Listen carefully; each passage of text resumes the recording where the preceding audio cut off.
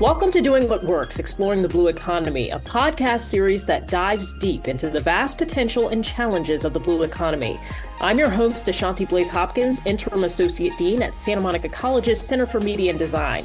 Together, we'll navigate the uncharted waters of this exciting and rapidly growing sector. Joining us on the podcast today is someone who has been internationally recognized for their work in temperate water seaweed cultivation. In the underwater farming space, also known as aquaculture, she's done everything from seaweed harvesting, processing and packing to sales. Currently, she is the Director of California Operations at Ocean Rainforest, a company that grows seaweed in the ocean and aims to mitigate climate change. She even developed an economic assessment on the feasibility of seaweed cultivation in Southern California. Eliza Harrison, thank you so much for joining us on the podcast. Thank you. It's a pleasure to be here. So our first question for every one of our Doing What Works podcast guests is exactly the same. Tell me what your first job ever was, and what did you learn from that job that helps you in the work that you do now today?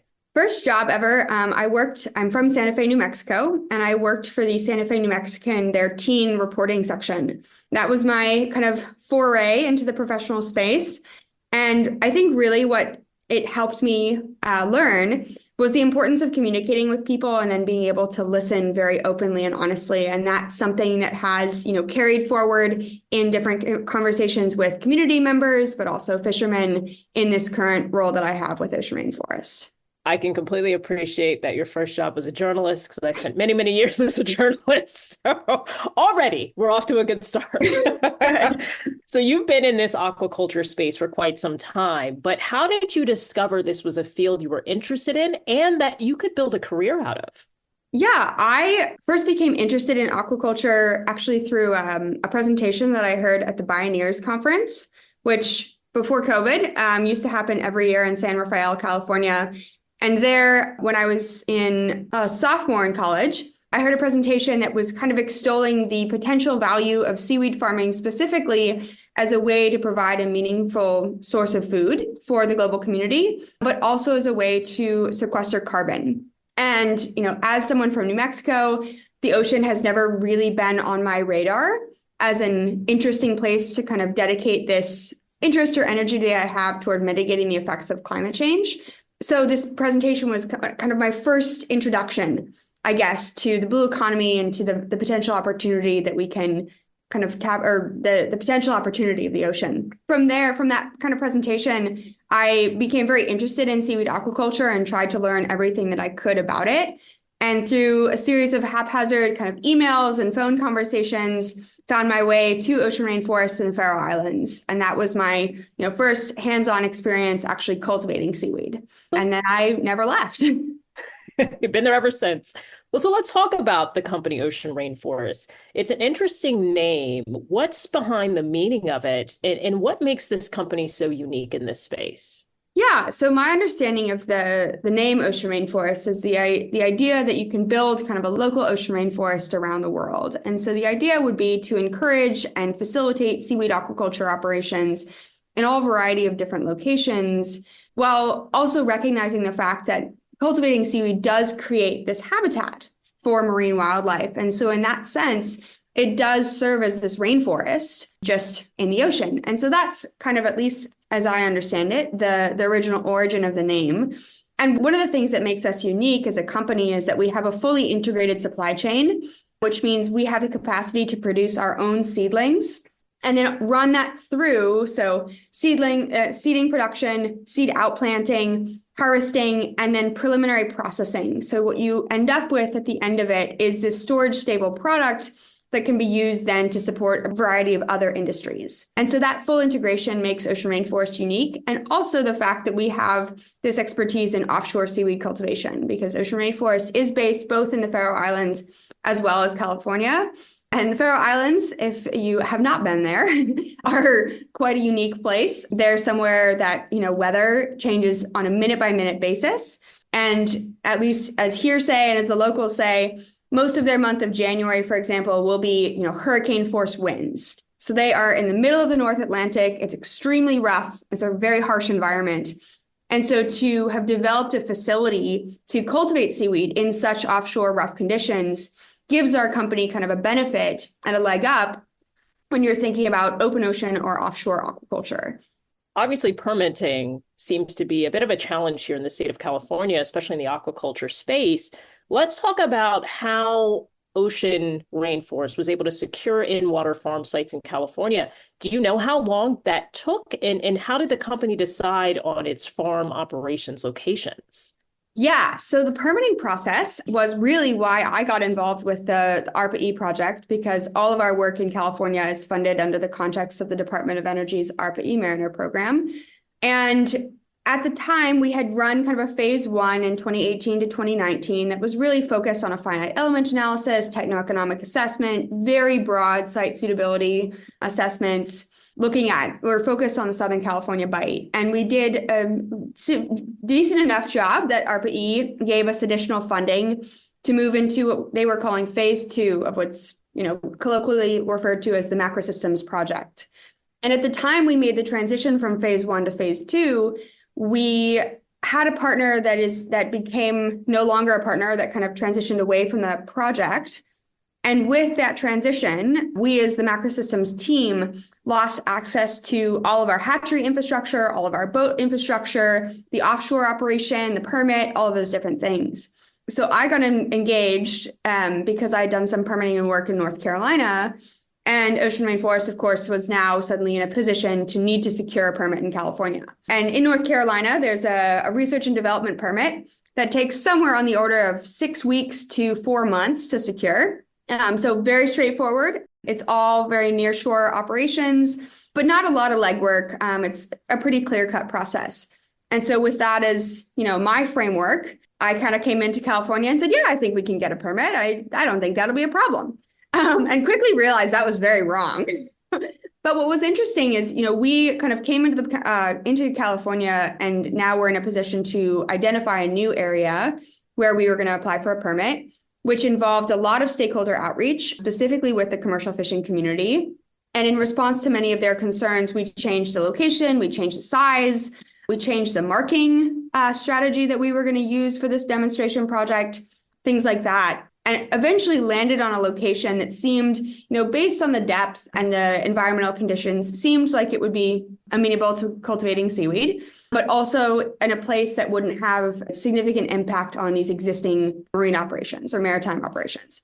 So that was kind of how we started the site selection process. We worked very actively with the NOAA NCOS team to be able to move through that actually site suitability study, where they're not only looking at commercial fishing data, but also recreational fishing, navigational hazards, oil, all of those different things. So we worked very closely with their team, as well as a local contractor called Dudek, who prepared our biological assessment, essential fish habitat analysis, and what's called a cultural and prehistoric record search.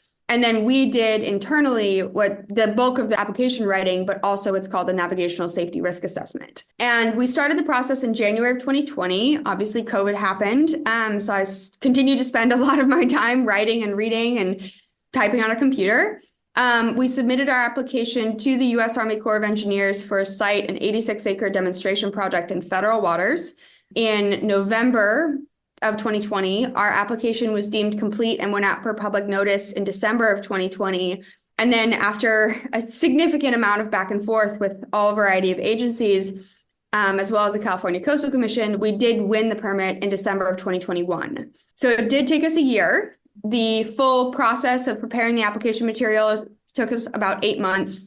And then it took us another year for us to get everything in the context of a mitigation and monitoring plan kind of put into place. And part of the reason that it took so long for us to develop that plan is because we had moved through this phase two of the ARPA-E Mariner program very successfully at a nearshore site where we were leasing lines.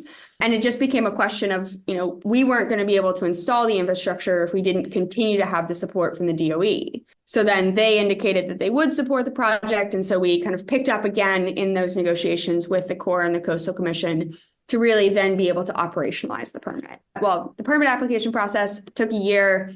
The whole process took 24 months. That is quite a sprint to get Yes. to where you are now. I know that there has been new legislation that has been passed here in the state of California, authored by California State Senator Steve Padilla, Do you think that this new legislation is going to make the process easier or streamlined in the future?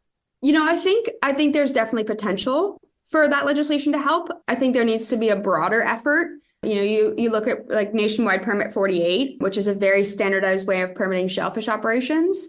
If they can replicate that kind of at a national scale, both for state waters as well as federal waters, that would be ideal. But I think the legislation passed by Padilla is led by, I guess, Padilla is going to be really helpful in kind of serving as a stepping stone toward improving the efficiency of permitting. That said, I think there are a number of other aspects of the permitting process that need to almost happen before the full application process is streamlined. One of which is kind of identifying a lead agency, because right now there's a bit of confusion, or there's a bit of complexity, I should say, in the context of who is actually taking the lead on a permit, because it depends a lot whether you're in state or federal waters. And then, of course, the agencies are significantly understaffed. And so as much as they want to have a say in, how a permit is approved or what kind of permit is approved, they don't want to bear the responsibility for coordinating with all the other agencies that need to see or have a voice in the application process. So I think identifying a lead body to kind of spearhead the permit application process is going to be really important. And then there's also kind of on a more nuanced side, we were hit with a requirement to facilitate or to create a decommissioning bond. So in essence, it's this idea that, if something should happen to Ocean Rainforest and we left, gear in the water, the company went bankrupt, the California Coastal Commission would actually have access to money that they could use to pull or recover all of that infrastructure. So in that way, you don't have kind of lost gear that's just sitting aimlessly in the channel. So this would be kind of like an escrow account where you would put the money in there just in case. Exactly. It's an escrow account. It's a bond. It's a letter of credit, things like, surety bond, letter of credit, things like that. And what's important is, if you think about insurance, you're obviously not paying the full cost right up front, right? You're paying some portion of that. But we were asked to pay the full amount. And this is for a demonstration project. So if you want to have kind of any sort of large scale commercial operation, there needs to be some give and take, whether it's a federal fund, whether it's a statewide fund that allows, the commission and the California Department of Fish and Wildlife or whomever to be able to know that there are resources to potentially deal with, gear that gets left in the channel without placing that full financial burden on the applicant. And so I think, yes, the legislation is really important, but there are these other pieces that need to be addressed in order for the permitting process and then the actual operation of a farm to be feasible. And my guess, the sooner the better that some of these issues can be addressed would be ideal, because, these jobs are coming. The blue economy is about to really take off in the state of California. So it would be nice to have those pieces in place before really the big boom comes, right? Absolutely. And the thing is, there's so much expertise around the world in the context of how to do seaweed and shellfish aquaculture in a way that is very environmentally responsible. But if you have this bottleneck with permitting, that you can't take advantage of those skills, then, there's going to be kind of we're going to fall behind. So let's talk a little bit about ocean rainforest, specifically in terms of the kelp that you all grow. How many different species of kelp are we talking about here? And tell me, why kelp, and what are the potential uses of a product like this? Yeah, so the company in the Faroe Islands grows 4 species commercially. Here in California, we're only focused on giant kelp. And one of the reasons, or there are a number of reasons for that, one of which is giant kelp is local to Santa Barbara Bight, or the California Bight, excuse me. The other one is that giant kelp in particular can grow very, very quickly. So if you're thinking about, the framing, or I guess stepping back, the framing of the ARPA eMariner program was looking at providing or building a kelp industry that would scale sufficiently to be able to produce biofuels from kelp. So that's going to require millions and millions of tons of kelp before, a biofuel industry is even remotely feasible. And so if you think about macrocystis, or giant kelp, which has the capacity under ideal conditions to grow, 2 feet a day, that's a lot of biomass, as opposed to, some of the other species like sugar kelp, where, maybe you can expect, 3 to 6 kilos per meter of line that you've seeded in the ocean. Giant kelp, you can get 12, you can get 15, you might even be able to get 20. Some pieces of literature point to 80 kilos per meter. So the difference in the amount of biomass that you can have, specifically because it's giant kelp, makes it very attractive from a commercial standpoint. The other piece is that kelp, more generally, has a variety of different compounds that can be used to support a collection of different industries. And so you've got, potential extracts, so alginates, fucoidins, things like that. You've also got the capacity to produce biostimulant products because there are existing brown species of seaweed that are already used for a biostimulant product, whereas biostimulants are basically like a glorified fertilizer, except they don't contain nitrogen, phosphorus, and potassium, and instead just help improve the plant's resistance to stress. So it's not any sort of like additive per se, but it just makes the plant a little bit better able to deal with, drought conditions or things like that. But you can also use kelp for animal feed. So it's got this kind of multifaceted collection of uses that make it very well suited for a biorefinery approach. And given that kelp is not a hugely economically attractive thing to cultivate because it's expensive and it's ultimately a pretty low value crop, the more products that you can derive from one species makes it that much more of a compelling business case. And so that's one of the reasons that we're looking at kelp. And then the last piece, and more kind of from an environmental and ecological piece, is the way that we've designed our systems in California are very much to mimic a natural kelp forest. And so if you think about the habitat value creation, the different, the foraging potential within that kind of kelp canopy, all of that holds true in Southern California. And so there is this kind of environmental play as well. And then, of course, there's the tourism opportunity because we do have a fair amount of marine life that is moving in and around the system. And that's, helpful as well for other boats that are going out and maybe looking to see some fun things as they're on their way, back and forth from the islands. I think it's really important to make the distinction between what Ocean Rainforest does and how the commercial fishing community operates. What is the difference there? And do you see ways in which the two industries can or already are working together? Yeah, so the commercial fishing industry is one of the most, if not the most important stakeholder group, both in the context of kind of our demonstration project, but also in really the continued development of aquaculture in Southern California. And the reason is, they have, over the years, the industry has changed significantly, as I understand it. And they've been increasingly limited into where they can and can't fish, for example, where they can trawl or where they can't trawl, how they're able to move along the coastline. And those constraints, in some cases, overlap or conflict with potential aquaculture operations. For example, when we were moving through our site suitability assessment, we identified 9 sites in federal waters, so past the 3 nautical mile mark, and then 9 sites in state waters that could be suitable for our demonstration project. And the problem with the ones in state waters is every single site fell within the state designated halibut trawl zone. So even though that would potentially work for seaweed aquaculture, there was no way that those halibut trawlers could continue to operate. And so that was a pretty quick red flag and really, again, pushed us back to federal waters. So the way that the commercial fishing industry has worked, you as the applicant have to be very sensitive of where folks can and can't fish. There is, of course, or it would be naive to assume that we'll be able to find one single spot in the ocean where nobody fishes. So then it becomes a question of minimizing the impact. So making sure that the system is properly lit, that it's marked on navigational charts, that there are maybe different configurations of the cultivation systems or the ocean cultivation units, as we call them, that would allow potentially for vessel transit, not necessarily for trawling, but allow for a boat to move through that area. Things like that. Can I pause you? Can you explain what trawling is for folks that may not be really read into some of the terminology? What does that mean? Trawling, as I understand it, is basically you have these large boats that drop nets behind them, and then they'll kind of gather things in this, almost pursing technique to make sure that basically to collect everything that they can catch. And so it's this net fishing strategy. So that would obviously, if you had an aquaculture farm underwater and you had someone trolling, that would disrupt the ecosystem that you've created, right?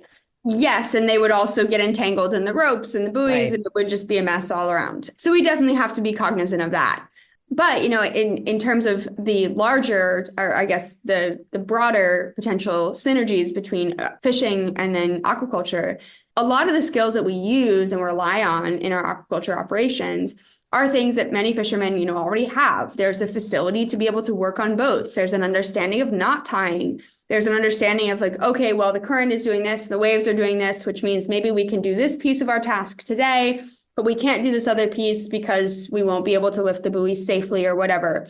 And there's a facility with how to operate a boat, all these different things that seem pretty basic. But, when you get into the nitty gritty, a lot of people don't have that. And so their facility and their ability to really work on the water and put in long, hard days kind of overlaps very nicely with aquaculture. And at least how we're envisioning it in Southern California, a lot of this work would come, seasonally.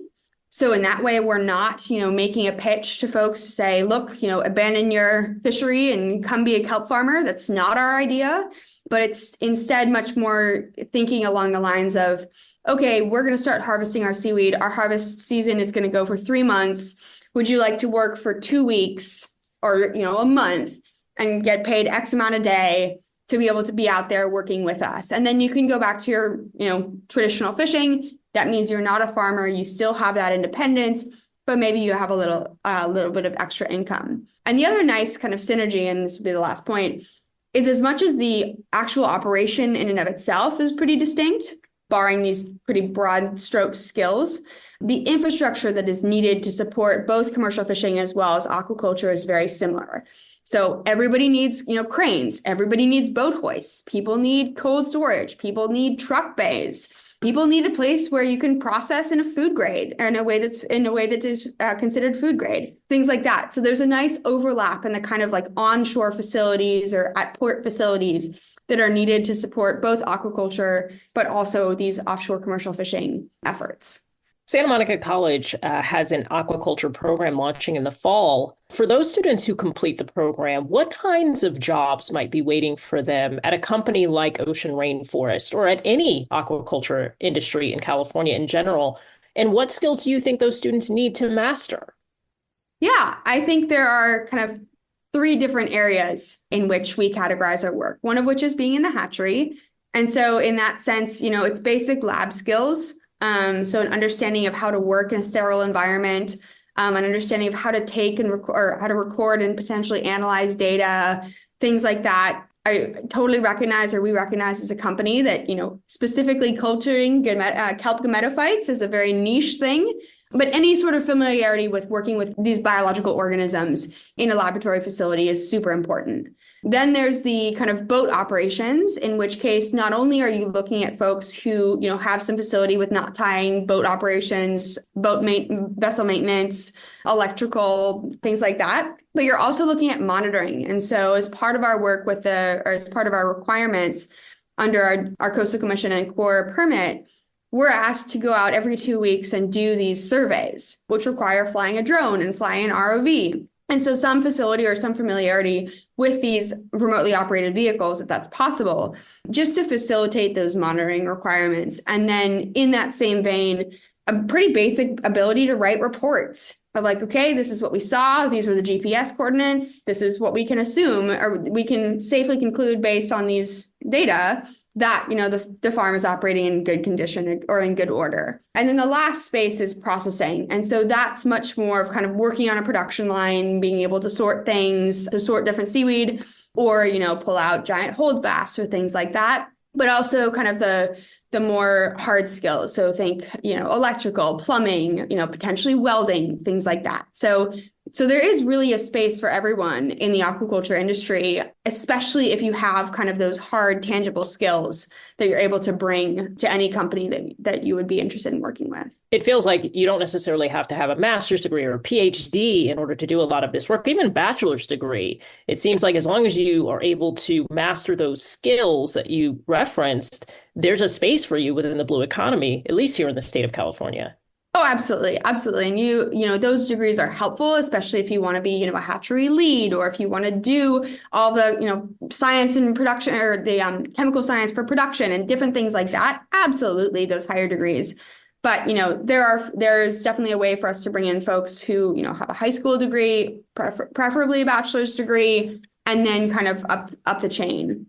So if I look at Ocean Rainforest, it is super clear that your company is fully entrenched in the blue economy here in California. And it's an area that really many are just learning about that it even exists, right? So what does the blue economy mean to you? And what is your dream state for the blue economy in the state of California, especially if we are considering this aquaculture industry?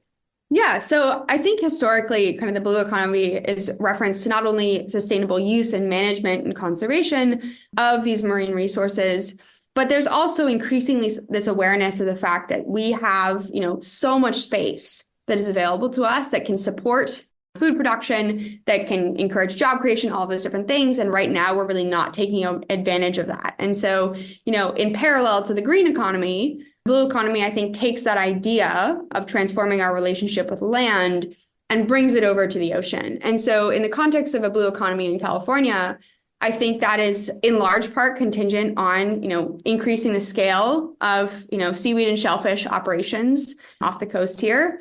But I think there's also a piece that recognizes that the blue economy does revolve a lot around water. And, Nordic Aqua Farms is doing this incredible effort in the northern part of the state to move forward with a yellowfin tuna operation that would be on land. And, yes, technically that's land-based, but I think there's definitely a space for that type of operation as well in California. Because ultimately, we do need to change our food production strategies. We do need to provide different forms of biomass to support these existing industries.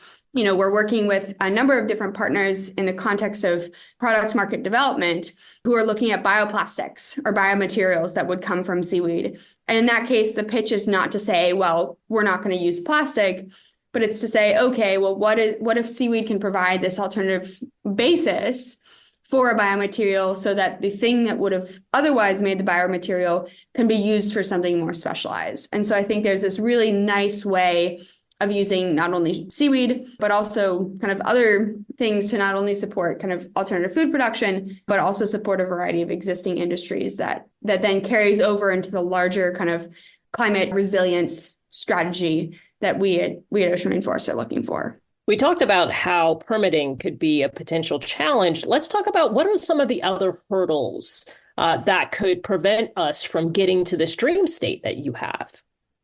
Yeah, so permitting is definitely one of them.